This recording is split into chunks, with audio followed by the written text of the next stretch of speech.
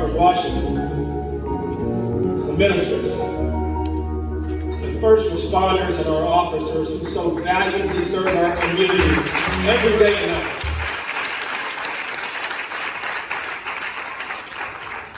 To my father's children, good morning. You know, every year, on the third Monday in January, people from various demographics, religions, and political parties, we all gather together across our nation to honor and remember the great Dr. Martin Luther King Jr. All right. But you see, as wonderful services take place, and the long, drawn-out speeches are given, moments of inspiration are stirred up.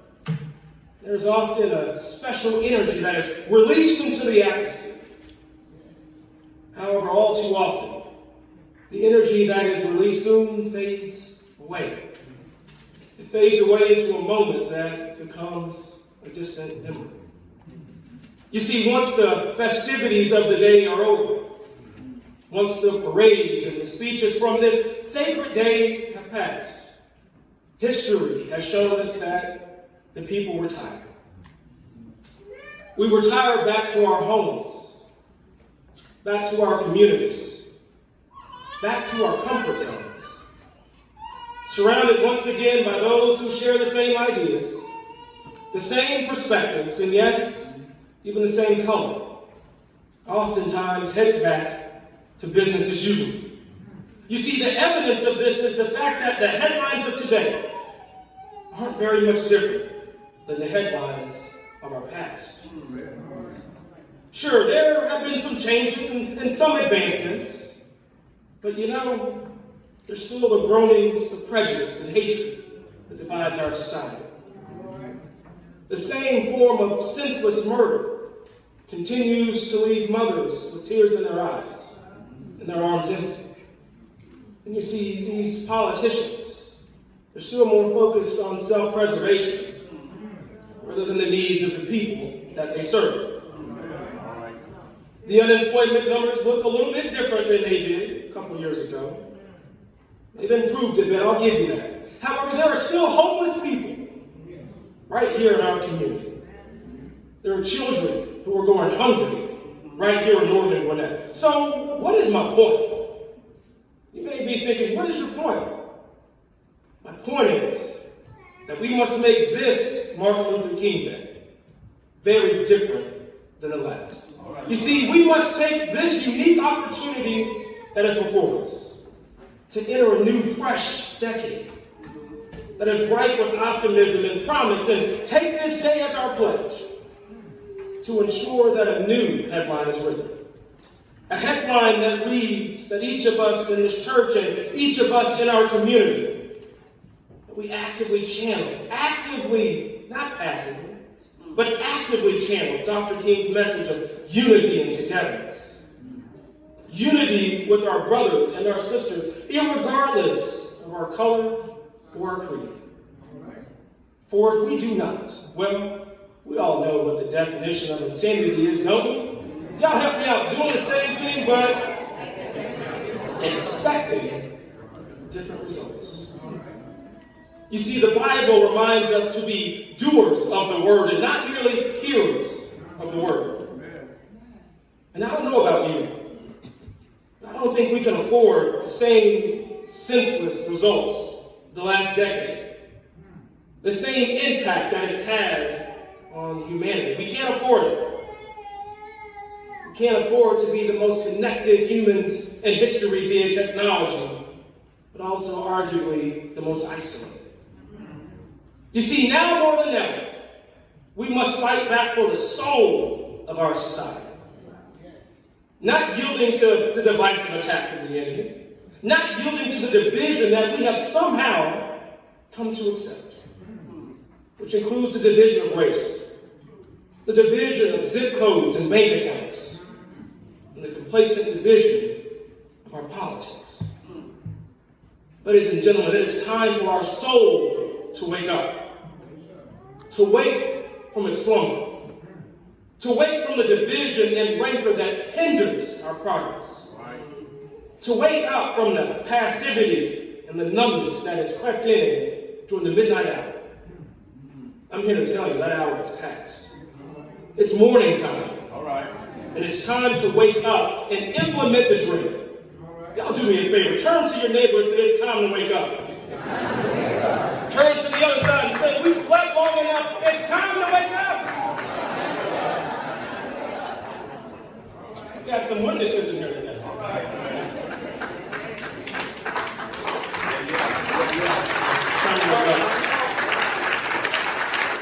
Time to wake up.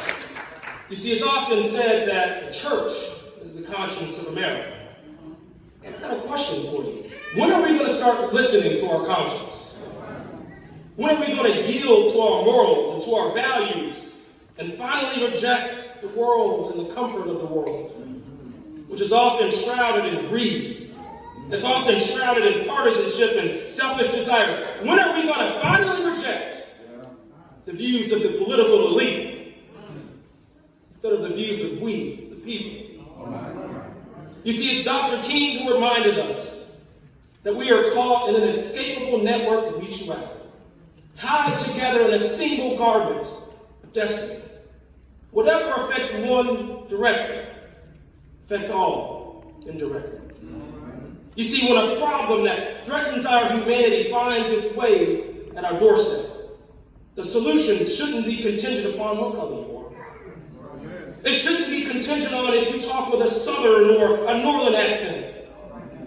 It shouldn't be contingent if you come from the best part or the worst part of town. You see, it should be contingent. The solution should be contingent on willing hearts who will join together and to cling to objective truth in order to create a better tomorrow.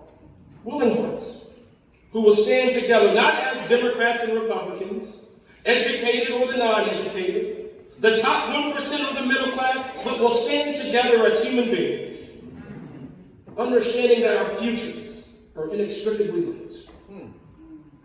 You see, Scripture reminds us that a house divided against itself cannot stand. But too often in history, division has been forced upon us, tricking us to believe that we only have two options, black or white. I don't know if you have kids, but the last time I looked at a crayon box, there was more than two colors on that spectrum.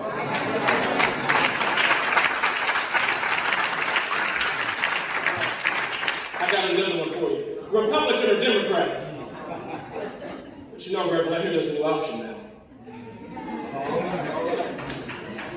Independent.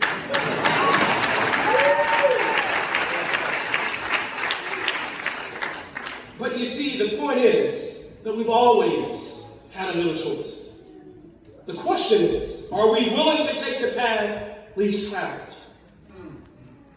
You see, as we gather here today, we must have that same undying and relentless focus as Dr. King had.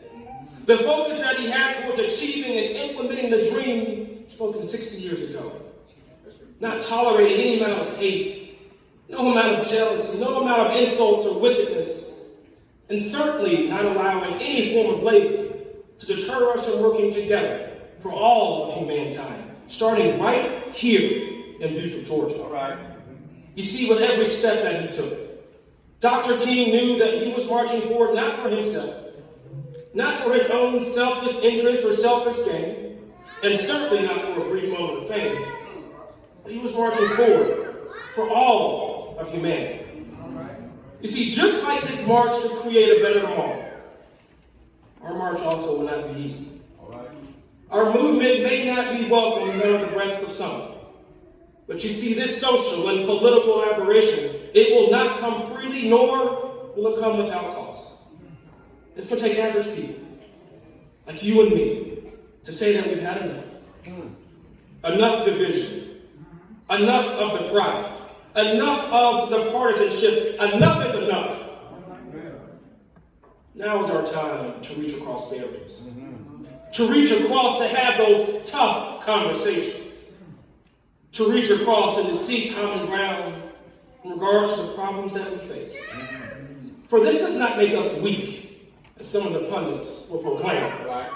It makes us strong. And most importantly, it makes us even more reliant upon the one who sent us.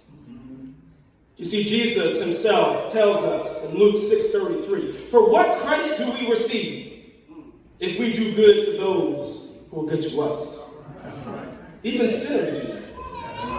You see, he urges us to love our enemies, to show kindness, and to represent Christ first, before a man-made institutional political party.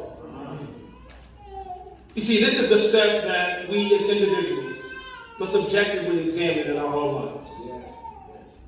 For we all have a date with destiny that we cannot escape. So why should we allow division to prevent us from standing together while we are here on God's green earth? All right. God's green earth. Not my green earth or your green earth, but his green earth. You see, it's going to take that form of humility to realize that this is all his. That any and everything we could ever require is merely him. And that only what we do for him will last. So I implore you, let us be good stewards while we are here. As I close, I am reminded of a beautiful quote by Mark Twain. It says there are two important days in your life.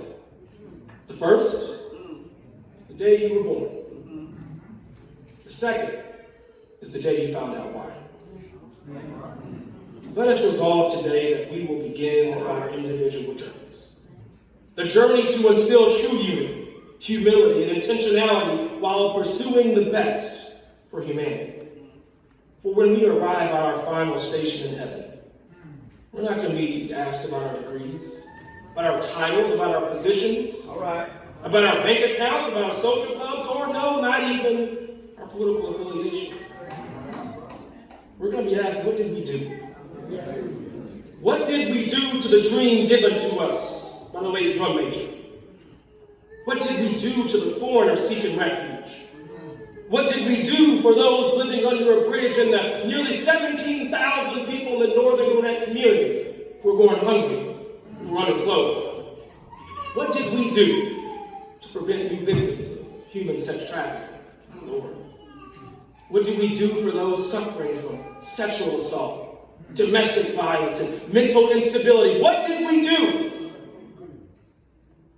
What did we do for those who needed access to education and to employment? What did we do to prevent the next mother from losing her son to senseless violence? What did we do to those who served our country and our community so courageously? Did we remain stagnant in our comfortability? Or did we venture towards common ground? Did we remain loyal to a political party and its ideals? Or did we remain loyal to our Father's vision? Did we stoke the fires of hate and division and envy? Or did we love and move towards unity, to work with everyone? I'm here today to ask you to let us take a vow. Let us vow that the headlines next year and the headlines of the next decade, that they're very different than the headlines of this year. Let us vow that the headlines will be very different. Let them show that the dreams of Dr. Martin Luther King Jr. were not dreams deferred, but they were dreams that became reality. Ladies and gentlemen, it is morning time. Thank y'all for inviting me to come speak with you. God bless you.